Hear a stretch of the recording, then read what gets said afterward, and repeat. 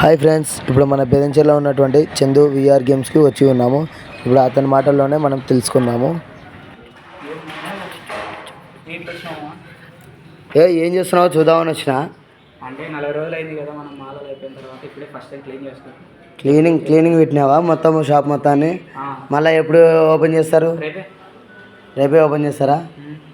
చాలా ఉన్నాయి. ఇదేంది స్టాండ్? రీల్స్ తీసుకోవడానికి అంటే గేమ్ ఆడే వాళ్ళకి ఒక వీడియో తీయడానికి కోసమా? స్టీరింగ్ ఏంది పాట కూడా వచ్చింది? కరిపియాలా? ఇదేంది అంతా నెట్ ఉంది, నెట్ కట్టి పెట్టినావు. వర్చువల్ రియాలిటీ అంటే